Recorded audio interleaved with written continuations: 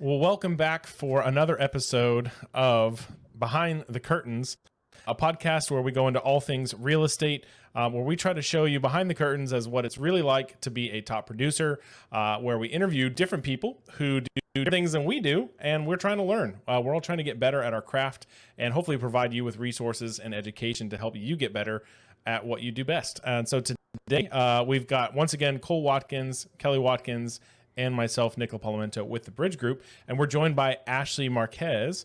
She's actually a real estate company, and she primarily focuses out in Galveston. Ashley, thanks for joining us. Well, thank you for having me. I'm excited to be here. Yeah, you are a top producing agent, and you do really, really well. And you have this specialty in a market that is a little bit from us, so we don't do a ton of Galveston stuff. But from an investment standpoint, there's a lot of really cool things happening out there with Airbnb. So we'd love to be able to chat with you about your insight, how you grew your business, how you got started, and also Galveston in particular, and investing out in Galveston.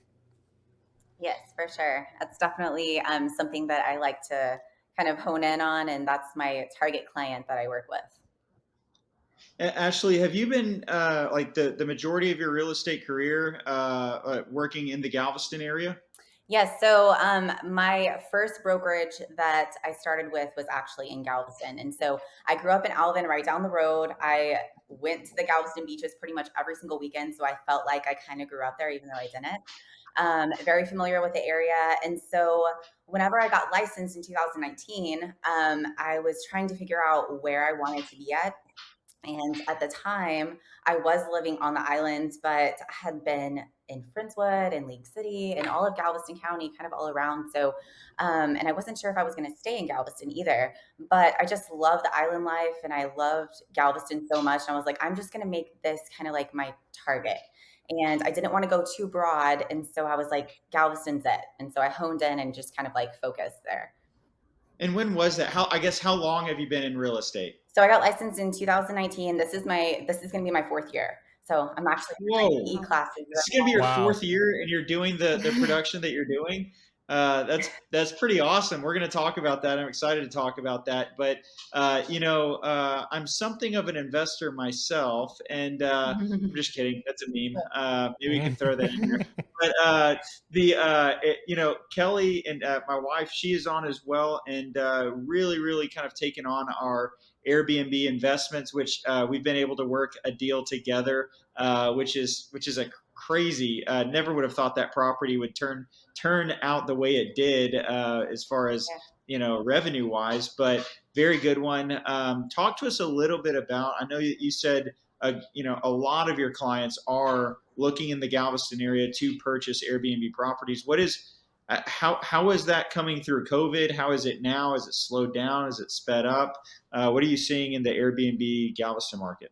Yeah, so over the last couple of years, I felt like, people were taking money out of stocks and just throwing it into real estate. And so, Galveston is a pretty popular tourist town. It's relatively inexpensive to visit, and Texas is so large that a lot of times you'll have, people from Austin or Dallas, San Antonio that want to be able to come to the beach, and so they'll invest and have a second home or investment property that they can come to but also rent out as well. And so we saw a lot of that over the last couple of years. And I want to say, like the last 6 months, it definitely has slowed down a little bit. I don't want to I kind of want to be careful as far as like using the word saturated, but we had so many short term rentals kind of like flood the market. And you had people that didn't necessarily know how to properly manage them or market them, and they just threw them up on Airbnb or VRBO. And then they didn't see the numbers that they were expecting because they either weren't educated enough or didn't have a mentor, someone that helped them be able to actually make that a successful rental, right? And so we definitely have kind of seen it slow down a little bit, but rentals are still doing really well if you know how to market them and how to look for the right property too, because that's super important. So what are some of those things that, besides maybe not hiring? Because Kelly and I, we've been a part of, Bigger Pockets and, looking at and getting advice from a few people that are on Bigger Pockets, for our Airbnb venture. But what are some of the things that you've seen working with investors that have bought real estate or real estate for Airbnb, and then it kind of went south for them, or it didn't go as well as they thought it would? So there's a few things. First of all, I think that it's more so kind of they have to be in it for the long run, right? So it takes sometimes a little while to get established and get those reviews and to get out there where people are seeing reviews and then they're like, "Oh, this place is a really great place to rent," right? And so if it's a brand new one now, if you're just taking over existing rentals that were there, it could be a little bit easier, right? But what I'm seeing too is that a lot of people went in and they hired a management company and they're taking 30% off the top. Well, that's a lot. It's cutting into your profits right there. And You so, said 30%? yes, some management companies are taking Oh my 30%. God. I know. And so now some of them are at 20%. They kind of are tiered, I guess, like 15%, 20%, 25. I see up to 30%. Now, are you getting your 30% worth? Not necessarily. Yeah. But I'm seeing a lot of people too that went in and they just didn't have the right guidance necessarily. And they bought a property that, say they're not familiar with Galveston whatsoever. And they were like, oh, well, this falls in our budget and it looks cute. Well, if it's not walking distance to the beach or if it's not near amenities, and it's like, what can your property offer that the other properties aren't offering, right? And so, like, what's setting you apart essentially? And so a lot of people came in and they were expecting, oh, I'm going to be at 70% occupancy, and they're not, and so they're disappointed essentially. What are some of the key things that people should be looking for when they're thinking of doing an Airbnb? Like, you now have probably seen enough of them to be able to say that'll be a good Airbnb. That one is definitely not going to be a good one. What are some of the key things that people should pay attention to? Right. So one of the things is definitely accessibility to the beach, because let's face it, most people are coming down here and they want to be able to get to the beach easily. And so I don't think it necessarily matters if you were in town or like on the East End or West End. Both can be very successful, but the accessibility to the beach is a really big thing. Also, what what can you offer with the property, right? So does it have a pool? Does it, if it can't have a pool, or if it doesn't already have one, at least like a hot tub or something that is an added value that's, again, sets you apart from something else that's right down the street, right? If there's a really great courtyard or a backyard that you can turn into kind of like where you have outdoor games and outdoor entertainment, or a fire pit, something that you have to put yourself in the renter's position, right? When you're going on vacation, what are you looking for? Do you want just a property that has no outdoor space, no entertainment area? Because you're coming for the beach, but you're not going to be at the beach the entire time. So what can you do while you're at your Airbnb? You want to be able to have like great outdoor area. And also, things can be changed. Paint can be changed. You can add wallpaper and do all that, change the furnishings. I don't look at that as much as what can you do with the space and where is it located. So if you are in town, if you're walking distance to really popular restaurants, or say like Pleasure Pier, or some of the breweries or the bars that are around, those are things that you can market to people to make your property more attractive than someone else's. Yeah, and so like you've mentioned the beach, but and I know that we've talked about this in the past. Just because, like, one day I'm just gonna buy a house down there, whether it performs well or not on Airbnb doesn't matter, but on the Bayside, Mm-hmm. because Kelly and I have seen some Bayside properties that are absolutely stunning. Yeah. They're on the water. Keep your boat there. I mean, it's the whole package. However, we've talked about it, and historically, the numbers for or the guest favor properties that are closer or walking distance within the beach more than they do the bay. Right. But so is there anything else, like, as far as if we're looking at Galveston per se, and we say Moody Gardens, the Strand, the beach, like, How do those properties, that are closer to maybe one of those attractions, do they fare well? Do they have higher vacancies or occupancies on those? Have you seen, I guess, anything over there by the Moody Gardens that has really just kind of done really well because of that? I will say most of the properties that are over there, they do rent, but the occupancy rate just isn't as high as, some of the ones that are just a little bit closer. Because somebody will say, well, I'm going to go to Moody Gardens for the day, but what are we going to do the rest of the time we're here?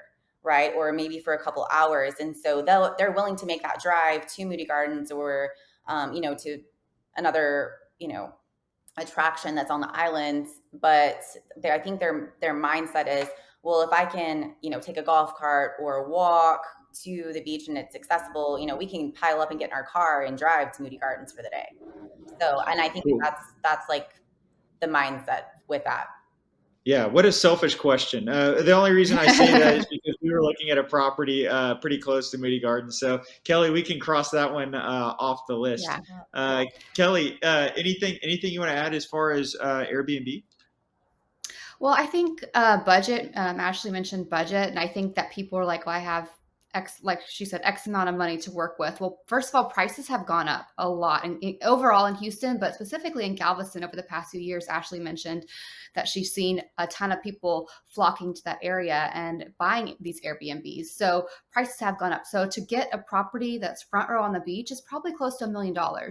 So I think that some people just need to maybe set their expectations and say, well, maybe I can't get that, but maybe I can get something in downtown that's 5 blocks from the beach, that's closer to the 400s. And if I can add something to it, whether it's like Ashley was saying, whether it's a pool or a hot tub, or like make it a themed house, make it really nice, make the decorations really, really stand out, then that can also do really well. Because we have a property that's on the beach, a second row of the beach, and then we have one that's 2 blocks from the beach in downtown Galveston. And they're both doing almost equally as well in terms of the average price per night and the occupancy rate. So I think that sometimes people think, oh, I have $200,000, that's my budget. Well, maybe let's save up a little bit more before we invest in an Airbnb. Maybe we can find something in Houston, for instance, and do a long-term rental and use that income to save up. But I think that it's a fun idea. It's like, hey, I want to be an Airbnb investor. Like, it sounds really great.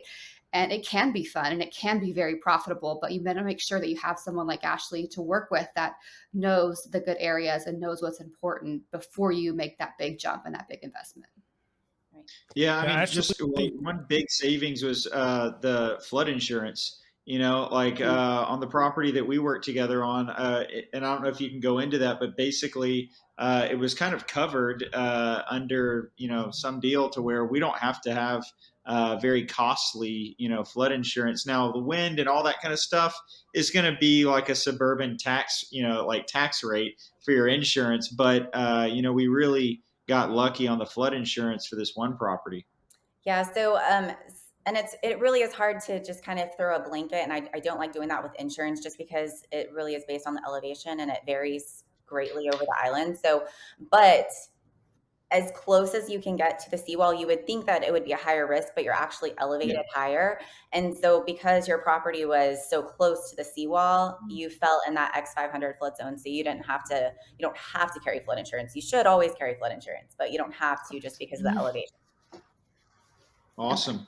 And then one last thing with the Airbnbs that Kelly kind of hit on is that Ashley, what are you seeing people with the when they're using money for their Airbnb? Maybe they have a couple of them, but you can actually if you're not from there, you can actually use a vacation home loan for an Airbnb property because it'll be kind of serving as your second property. But you can only do that like so many times in the same area until the underwriter is like, it's not going to work. It's not a second home or a third home or a fourth home. So this is being used as a short-term rental. What are typically people using to finance these Airbnb type investments?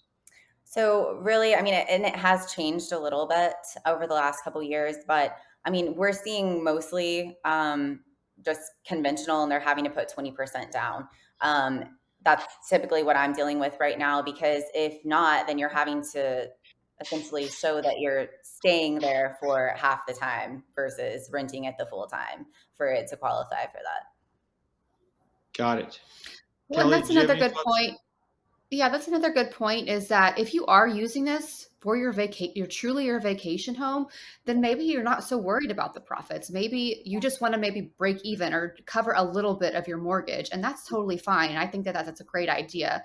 But for Cole and I, our Airbnbs are completely booked. Unless I block off time, then we're not staying there. So it truly is an investment in a business for us. Obviously it's a plus that we can block it off and stay there when we want to, but I think that you just have to see why am I doing this? Am I truly doing this for the profit, or do I just want a vacation home and can cover the mortgage? Something to think That's about. definitely a great question, and that's one of the things when I am having a consultation with somebody for the first time, it's like, okay, let's assess where you are, like, what are your goals? Are you just wanting to, do you want it to pay for itself? Essentially just have a vacation home and you're not having to pay for anything, then that's totally different than if you're just strictly looking at it from an investment perspective. Yeah, and then with the Airbnb deal, also kind of in that consultation, I imagine talking about the management fees is what people don't think about. They think about Mhm. getting all of this income coming in, and it covers the mortgage, and then plus maybe it's two and a half, three times the mortgage, and they're like, man, I'm making bank, but I don't want to do all the work to manage this Airbnb, which is way more work than a long-term rental. And so when they find that out, or they're like, man, I need to have this management company do this for me, and the management company says, hey, 25 to 30% like in my hand every month, from the revenue of this deal, Yeah. that's a huge hit to someone's profit margin. Yeah, it really is. And that is something that I always talk to them upfront about. It's like, all right, look, these are what you can really expect. What are your goals, and are you able to self-manage? Because if you can self-manage, you're going to make so much more. And I think people think that it's a lot harder. And yes, not to discount that, you do have to be much more involved, but I think people think it's going to be a lot harder than it is. And if you have a really great team here, like a cleaning crew and someone that's inspecting your properties, then you can do that and you're keeping that money in your pocket as well.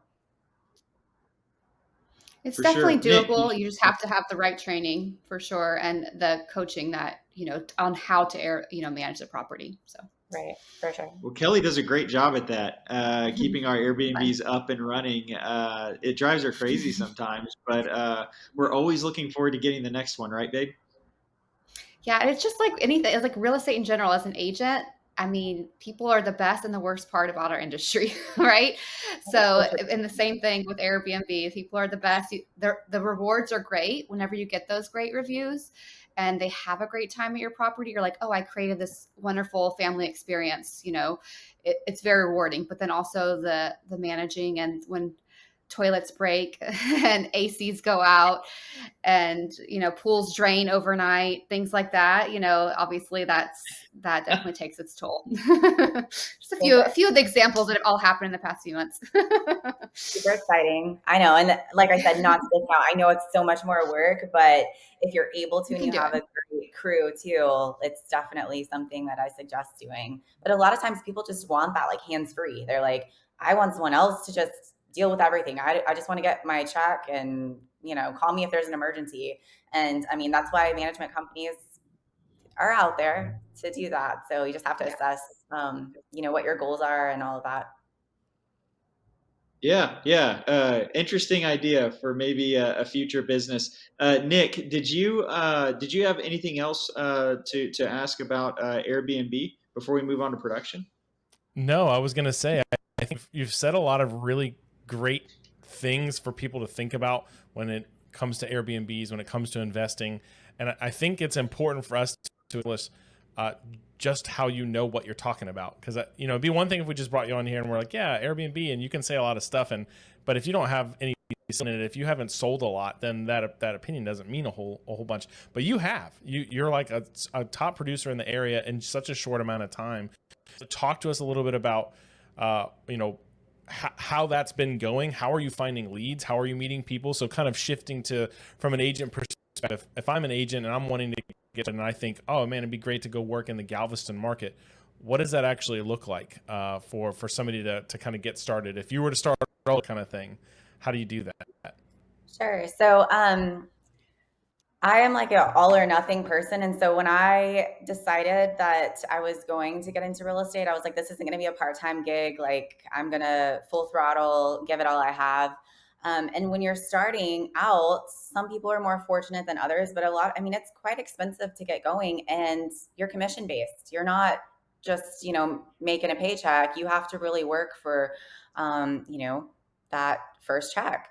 And so I assessed my market and thought, what can I do that other agents aren't doing? You're brand new, and it's hard to tap into a market that has a lot of very established agents that are successful. They've been there for a lot of years, and you're brand new. And it's like, how can you get someone to trust you without buying leads, essentially? And I'm just going to throw that out there because it's like, well, if you don't have even let's say $100 or hundreds of dollars a month, it's expensive to buy leads, right? And so if you're first starting, it's like, how can you do that? How can you get leads without having to just spend a ton of money? And whenever I assessed the market, nobody was really on social media at all. And when I say social media, I mean Facebook, Instagram, TikTok is blowing up a little bit more. That's not my most favorite social media tool, but Instagram was kind of what I honed in on. And I started posting content every single day. And so whenever I would go tour a house, a new listing hit the market. And so I would go and I'd be taking my stories and showing and putting, asking questions. And, after probably, I would say like a solid month. And mind you, this is like from day one. Like I got my Instagram that I took my personal one and actually like turned it into my business one just because I already had, I think I probably had like 800 or 900 followers. And so I was like, well, instead of starting all over, I'm just going to clean up my Instagram. I took off things that I didn't want, people to see necessarily that weren't maybe as professional. Like what, Ashley? Like what are you talking about? Like sitting on a beach in a bathing suit or, like something. So I was like, I'm going to clean this up just a little bit. And then just started posting informative content, stuff about Galveston. I was like, okay, Galveston's my market, so I'm really going to hone in on that. And so I toured houses every single day. I did open houses for other people. I was just pumping out as much content as I possibly could. And within a first couple of months, I had people just in my inbox, like asking questions or responding to stories. I didn't jump on the videos as much as I should have in the beginning. And that is something that I probably would have done differently. And it was because I was scared to be on video. I really hate the way that I sound whenever you hear yourself. I think everybody probably feels that way. But I was like, Yeah. I'm worried about what I'm going to say, or, I'm going to have to do like 10 takes. Done is better than perfect, like just get it done. There you go. And that's literally my favorite. I tell myself that all the time. And so videos are so, so important because people want to hear what you have to say. And if they don't care about it, they're just going to go to the next one, but somebody's going to listen to what you're saying. And that's the person that you're wanting to reach. Right. And so whether that be a reel or, going live or just putting something on your story, I have found that I've gotten a lot of positive response from that.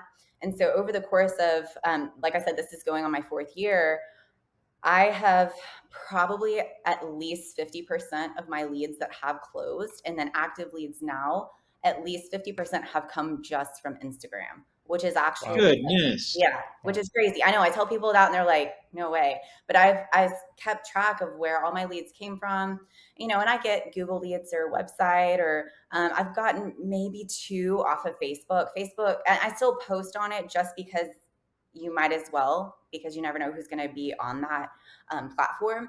But I really, really just honed in on Instagram. And so I say that because if you can find your one little niche, like don't stretch yourself too thin where you're trying to do this and this and this, but I found that platform that worked, and then I just gave it 100%.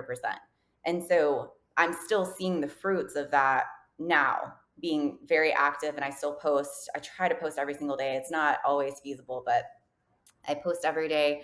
And like I said, just so many leads. And now you have, when I first started, it was a little bit different. They change stuff all the time, but asking the questions with like the stickers and the polls and all of that stuff, getting people to interact.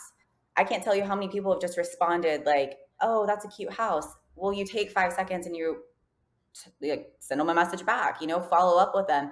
I have a lady from 2 years ago that has been following me. She would interact with all my stories, comment on my stuff. And I just would like, thanks so much, like you should move to Galveston someday, or, and like just planting those seeds.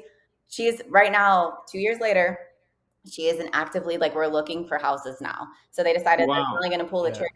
So just like the follow up and being consistent. And she was like, you just post all the time. And I love seeing what you're doing. Like, you're very active in your community and all of that. And so people pay attention, and it may not be right now, but this is like an end game, like this isn't for the short term. Like, what am I doing for next month? It's like, you're planting those seeds for the years to come. Right. So, and I do think that it's important that we give people kind of an idea or I guess a base to go off of, because whenever you say, well, and I know what you mean, I know the numbers, but if you're saying 50% of my business comes from Instagram, well, did you sell 10 properties and 5 came from Instagram, or so so what did 2022 production look like for Ashley? So last year I closed 52 deals, and it Yikes. was about 16 million as a solo agent.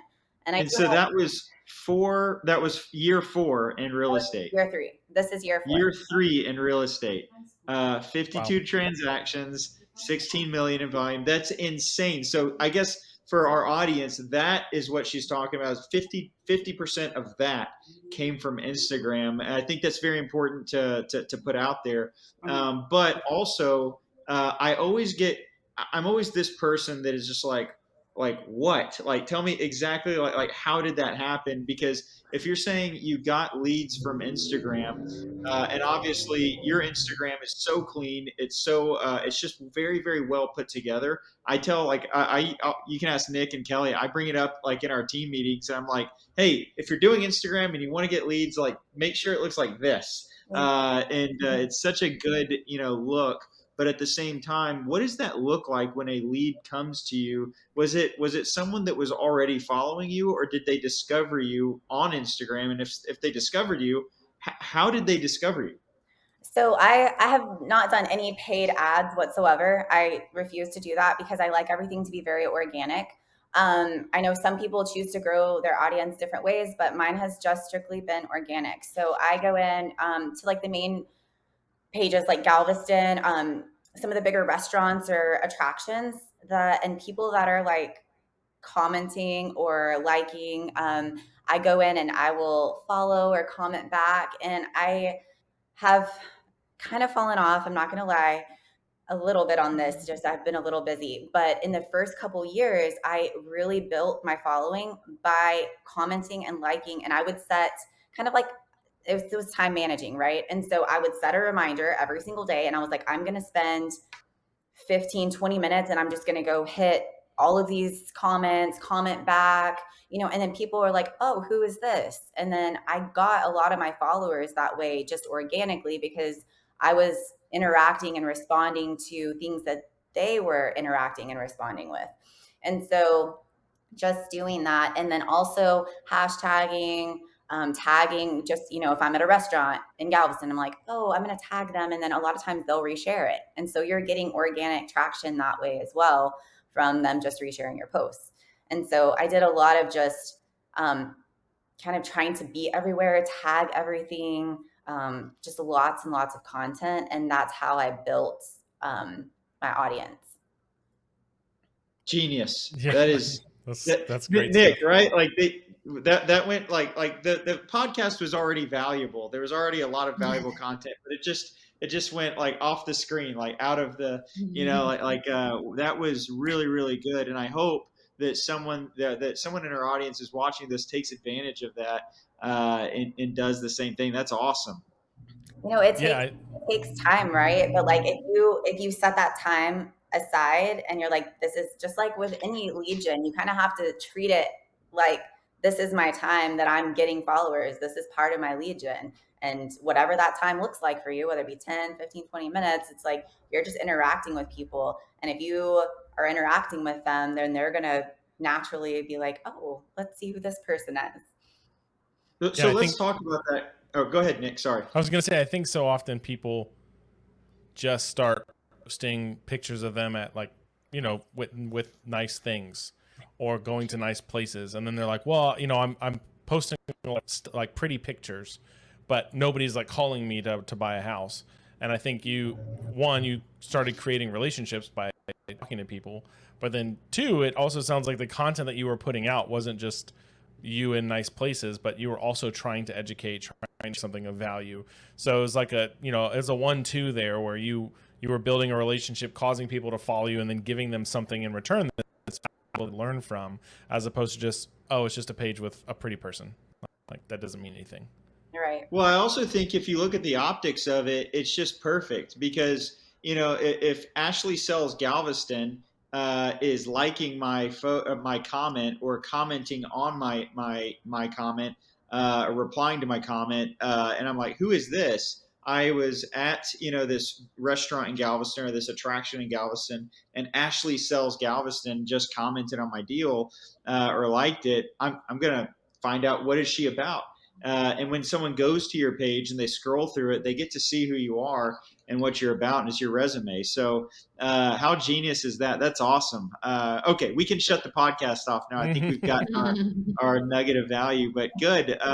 You were just talking about time management quite a bit, and I think that. I think that prospecting being the queen bee of your business, I think that follow up and having a follow up game plan, having a database, and time management, those four things are crucial to any agent's business if they want to be in real estate long term. Like if they want to make a career of it, build a business of it, and not just be a hobbyist.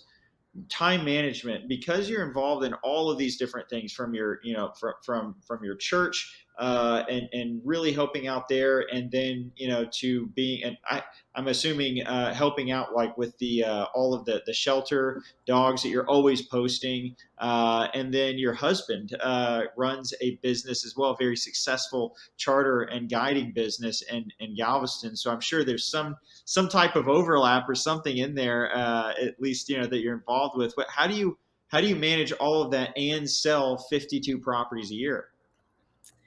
So time management is literally the key. And if you don't manage your time wisely, then you cannot be successful. And so that was something that somebody really did pour into me. I had a really great mentor when I first started, and I do credit her so much. She gets so much credit because she really poured so much knowledge into me. And that was one of the things that was like, you have to say, this is my time manage, like this is my lead gen, this is my okay, I'm going to call my cold leads, this is my time that I'm going to post on social media, and whatever that time looks like, it's different for everybody, and it's important also to go to the gym, it's important to spend time with your family.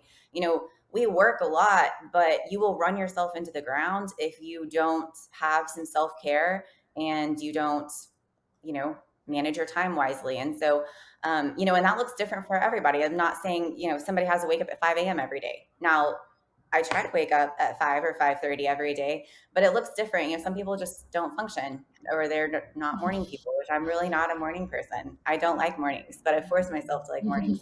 But I set time blocks in my calendar, and stuff happens, right? Like things happen that are out of our control, and sometimes you have to move stuff around, but for the most part, treating it like a business. We don't necessarily go into an office and sit from 9 to 5, Monday through Friday, but you have to treat it like a business because it is a business. And so, we run our youth group. And so Monday nights at 4:30, that's like my cutoff, right? And so I'm like, I mentally have to get prepared for us to go and pour into these young adults that are going through all kinds of crazy stuff. And so I have to like kind of switch gears and like turn off the real estate brain and like go into that. But that is just something that's time blocked, right? And so I'm like, if I have deals that are going on or negotiations or anything like that, I'm making sure that I'm dealing with all of those things leading up to that time because that time is blocked. And so the phone, and like I said, things happen, right? So it's like, I know 100% of the time it can't always be like that, but you have to like be in the mindset of this is a time for this. And you set aside that time, putting your phone away at dinner time. So you're actually giving your spouse or significant other time, but the lead gen and the social media and all of that stuff is so important, but you can accomplish so much more if you actually time block it, right? So on Sundays, I try to schedule as much of my weekly content as I possibly can. And I post some stuff, here and there. But Sundays, I time block an hour and I'm posting for that hour. And so that's what works for me. So it's like finding that time that you're kind of like the least busy, right? So Sunday evenings is kind of like a wind down. I'll take an hour and I'm posting that stuff. So just making sure that you have that time. And then for the follow-ups, I have a Trello board. I love Trello and I keep all of my leads in there. They're active, they're cold, and I have reminders. And I'm like, okay, so when, it's lead gen time, follow-up time, I'm like, okay, this is my hour of follow-up time. So I'm going to power through all of these leads that, they go in rotation. So it's like, all right, it's time to follow up with this person again. So being organized, obviously, too, is very important. But setting aside that time, you're going to accomplish so much more versus like bouncing around like a ping pong ball, like, oh, I'm doing this and this and this. And then you're like, wait, what was I doing? I didn't finish this because I didn't set that time aside to do it, Well, I think that a lot of agents get so carried away with all of the non-money producing activities that there are associated with our industry and what we're supposed, real estate in general, that they don't ever like schedule out time to do the very few money producing activities that we actually have to do to build a business. And so I think that if you don't put it on the calendar, Nick and I, we're meeting with agents every single week on the team, Taylor as well, and saying, hey, like I just kind of looked through your calendar this week, and there was like nothing in there. You'd committed for accountability to for prospecting this week or lead gen to do an open house. Okay, that's a given, but that's on Saturday or Sunday or both. Monday through Friday, what are you like? What are you doing to have conversations and build your career? And the shocking like fact is that most agents are just like, well, I'm gonna do what? Like, what are you doing? You're broke. Yeah.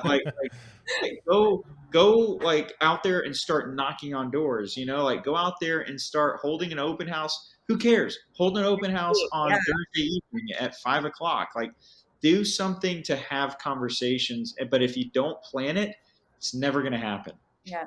And something I do too is I have coffee time blocked in my calendar on Thursday mornings, and it's from 9 to 10 o'clock. And I can either set an appointment during that time, like, say I get a lender or have somebody that I just want to touch base with that's, in my sphere.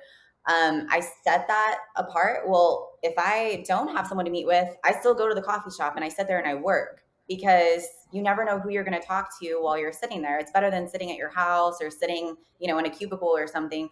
Get out where you can actually talk to people, but that time is blocked. And so nothing else is getting scheduled in that time. So I can use it to meet with people, or I can just use it to, sit in a coffee shop and, on my laptop, it says, if you have questions about real estate, talk to me. So it's like you're sitting there, people know that you're in real estate. And I can't tell you how many people have just like walked up and be like, oh, hey, how's the market? And like you didn't just start a conversation that way. But again, it's time blocked. Well, that's awesome. That's wonderful. Kelly, did you have anything that you wanted to add to any of that? To time management, getting better. No, I think that it's a struggle. Like it's the thing that we talk about our team every single week, and we will probably have to talk to our team about it every single week for the end of No, time, because it is one of the hardest things. Sorry, man, you're Says not going to get no. away from it. I So am yeah, I think proud of it's them. Sometimes I'll hear like a lender or a title person say, "Hey, I reached out to your agent and they said, well, these are the times that I have this week. What works for you?" And they're like, "What? Like you have a calendar?" They're like, "Yeah, Cold like makes us like have use Google Calendar." And I'm like, "Oh wow, like that makes me proud, right?" So So yeah, I think what I've always done is having that hour of power, as we call it, in the morning, and using that, whether it could be more than 1 hour, but as long as you block it off and you're using that for generating new leads and following up with your old leads. I think the money's in the follow up, as they say in real estate, and I think that that's where a lot of agents fall off the wagon. They're just like, let me just do another open house. What about the 30 open houses you did last year? Have you even followed up with all of those people? Do you know where they're at? Are they in your CRM? Are they getting a database email from you every single week? Are they set up on a search portal? I think that there's so much more money in follow up. I mean, I can't tell you how many leads that I've had closed that I, just like Ashley said, for years I follow up with them. And most people quit after 2 to 3 follow-ups, where it takes anywhere between 10 to sometimes 20 follow-ups at least. So time blocking that is super important. Yeah, yeah, I have a little something because I'm gonna like add to that. So I did an open house it's probably been about 3 months now. Okay. I was at an open house and this lady was just bouncing around. She did not have an agent. I struck up a conversation with her. She was super nice. She's like, yeah, I'm just, like my husband and I are looking, but like, we're just going to open houses. And I was like, okay, great. Well, I still followed up with her because I always do, right? You're always supposed to follow up. She said she went to 10 open houses over that weekend, and I was the only agent that followed up with her. And guess what? We're closing next week on her house. That's crazy. yes. It's in the follow-up. It's in the It follow-up. is, but also the numbers are in our favor. Out of 10, only one followed up. And so if you just do that, you're putting yourself ahead of the competition. And you know what I've noticed with a lot of these more seasoned agents, I guess seasoned in a bad way, like they're rotting. They need to be like they don't like they won't do that. And if they hold an open house, it is only because their sellers expect it, and they're like, well, what the hell? I'll do it for an hour or two and just say I did it. But they're not in it for the work of following up afterwards. And so, in my opinion, I think that also like the Galveston market, like that's a huge benefit because we've obviously been calling a lot of houses down there, working with a lot of other agents on the other side. And I'm like, man, it seems like the Galveston market has a more mature group of agents that are probably not wanting to That was very older politically correct. uh, a group of agents that doesn't want to do the work. They're not hungry. And if you show that effort, or if you put forth that effort, like you are, you're absolutely going to crush it. And that's not just in Galveston. I think that's the real estate market as a whole. I think the average real estate agent, this was at like 3 years ago, was like a 57-year-old female. Was the average real estate agent. A bunch of the younger agents have a great opportunity. The sad thing is they hate work, and so they're not going to really make it that far. I think the last thing I was going to ask, or at least I had on my plate, Ashley, was I guess, and I think you already actually talked about it, was videos. But if you could do it all over again, if you could start 3 years ago, Ashley, you get your license, and you're like, all right, I'm focusing in on Galveston. I want to make it rain here. This is my territory. What would you do differently than you did this go around? Yeah, 100% videos. I really miss the mark on that, and I kick my own butt all the time because I just really wish I would have done that because more and more people are doing it now, but then nobody was doing that, and so I definitely missed it on that. But something else too, I would say, like I didn't follow up with my sphere as much as I should have. So I kind of honed in and I focused on like social media and just pumping good content and stuff out. But I feel like your sphere is so important. And I'll use this as an example because I had my license for probably 4 or 5, maybe 6 months. And my brother came to family dinner and said that him and his sister, my sister-in-law, were going to be listing their house. And I said, "Oh, Ugh. with who?" I was like, okay, like, hello, I'm right here. And they were like, well, oh yeah, like kind of, and I was just like, oh wow, like I haven't, they didn't even think, and if you want to use someone else that was more experienced, that's one thing, but they didn't even think to tell me first, like other than it just coming out because I wasn't like as much in front of my sphere as I should have. And so I tell new agents when I'm mentoring now, your sphere, like, and those people are going to probably be like your first clients too, so it's like those people like you, they trust you, and most of the time they'll give you a shot too, and it's a little easier to work with somebody that like when you're first starting out too. And so I feel like I wish that I would have like tapped into that a little bit more than I did. So you just said that you were mentoring, certain people to do that, to focus on their sphere, which I did want to get into as well. That was the thing I had in my mind was, I went to one of your open houses recently to check that property out there in Galveston, and Ashley wasn't there, but it was, remind me of her name. Was it Mallory? Yes, it Yeah. was Mallory, and it was like I think it was her first open house like on her own. And the reason I think that is because she told me that. But I was like super sweet girl, but like she was, and she had some traffic coming in, so like, don't worry about me. Like just handle your business here. But I know that that you're mentoring agents. You're kind of interviewing agents, I would say rather. So what is the horizon? What's on the horizon for Ashley? Is it starting a team? Is it beginning a team? Growing a team? So I was a little hesitant to do that just because I have so much on my plate too. And I was like, oh, am I going to be able to give these people what they need? As far as like, I'm a all or nothing, like I said, person. So I was like, I'm not going to halfway do something, like I want to make sure that I can actually like jump in. So this past month, we've kind of like formed, I have like a mentorship, it's a team structure, but it's an informal team, if you will. I've brought on 3 new agents that are under me right now. And so I had 2 Very that nice. just joined last week. So I just went ahead and dove in. I was like, I'm just going to do it. And so I think that my goal this year is to form an actual like team structure that's on the horizon. But as of right now, we're just kind of doing like a mentorship situation, but like more of a team structure where they're doing open houses and I'm just pouring in all the knowledge that I have, all the things that I learned that I, the stuff not to do that I wish somebody would have told me to. Yeah, awesome. You're going to be deal doctoring and all of that. So good. So what is Ashley looking for in an agent that says they watch this and they're like, wow, like I want to be like Ashley and I want to be on Ashley's team. What is she looking for? What are some things that you're like, hey, like don't even bother coming to my team if you're not doing this?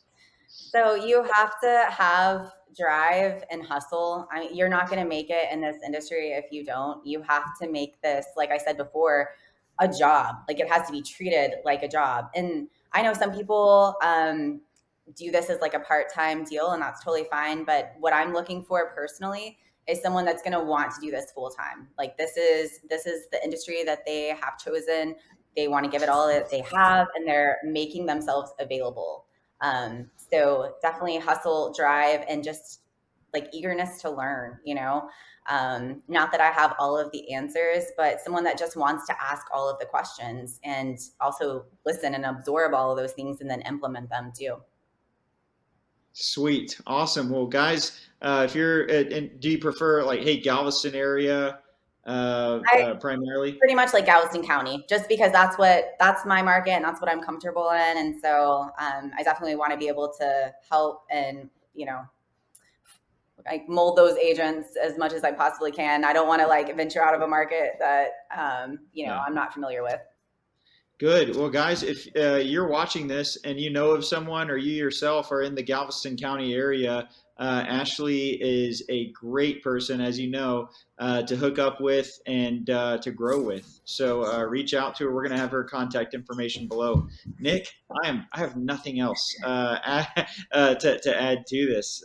Kelly, did you want to add something before we close? Yeah, just one more thing was what I like about Ashley, what she's done is she focused on one specific area and she honed in on it, and look how successful she's become. And I think a lot of times we get into real estate and we're hurting for money. Sometimes we're like, well, I'm just going to go to Pearland, and I'm going to go to the Woodlands and Baytown, Galveston, Katy. And sometimes we have to do that in the beginning to make things work. But I think focusing on a specific area is going to serve you better in the long run. Number one, for the social media and, becoming that local expert in that area. And then number two, well, like, for instance, when you're doing an open house and you can list off every property that you've sold on the same street, which we've done plenty of times, you are the market expert, and people are much more likely going to choose you because you know what you're talking about. So we've referred deals to Ashley in Galveston. She refers deals to us, and we have no problem referring out, even though it's only an hour away. We want to be the expert in where we are, and she's the expert there. So I think that that's something that you have to learn as an agent. Focus on what you can do and what you know the best. Yeah, this podcast has been really, really great. Ashley, thank you so much for sharing knowledge, sharing your experience, your wisdom with us. I think there's a lot of great takeaways here, both as an agent who is trying to build a brand, who's trying to get awareness, who's trying to help, get people to know who they are. We joke all the time, like, if you're a secret agent in this business, you will not last long. So you're not gonna be James Bond. You'll be James Broke, right? As Taylor has said. James Broke. James Broke. So don't be James Broke. So if you would, please go to Ashley's Instagram. You can find her at Ashley Sells Galveston. Please go give her a follow. Check out her stuff. She's got some really great content that she's putting out. And as always, thank you guys for joining us for another podcast episode. Thanks for watching to the end. We really appreciate it. And if you have any questions or comments, if you want to ask a question of Ashley, if you want to know more about anything that we've talked about on this episode, you can definitely leave a comment down below. But other than that, we'll see everybody on the next one. Thanks so much.